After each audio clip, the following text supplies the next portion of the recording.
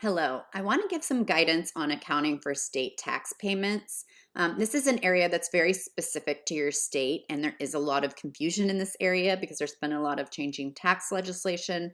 So, I don't want to tell you how to do your accounting exactly because it will depend on your state. I just want to make you aware of a couple things and urge you to talk to your tax accountant or at least just send a listing of your state tax payments to them when you file your taxes and just make them aware. These are the state tax payments I made. Can you help me account for them? But let me make you aware of a couple things. With state tax payments, there's a variety of different types of taxes depending on your state.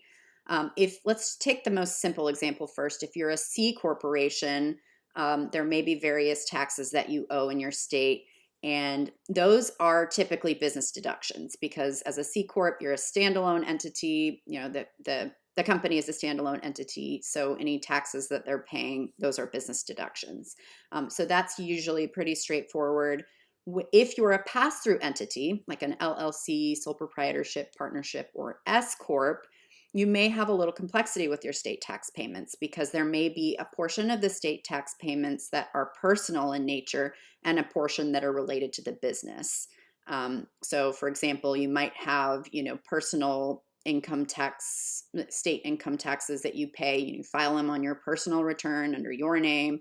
And then you may have another state tax that's more like a franchise tax or like a required minimum tax that relates to the business. So you may have to do a breakout between your state tax payments. Some might be personal in nature, some might be business related.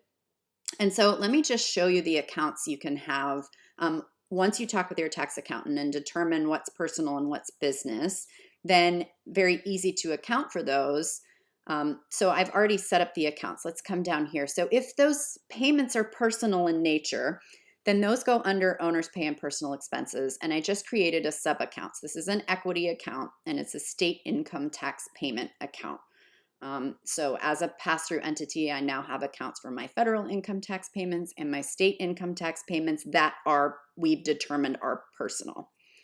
And then for the state tax payments that relate to your business, like for example, with the franchise tax, those can go as a business deduction. And I've already set up my state, I called it state income taxes, but it's probably better to just call it state taxes. So that would encompass any sort of state tax that your business would owe. And that is a business deduction. So like I mentioned, an example is a franchise tax. That's not always an income tax, but it is a state tax and that the business might owe. So in that case, that would be a deductible business expense.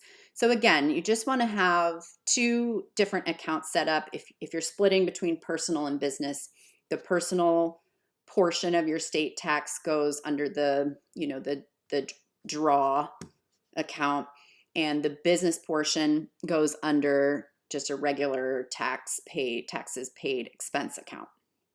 So you can set up these accounts, and again, I just urge you to keep track of your state payments.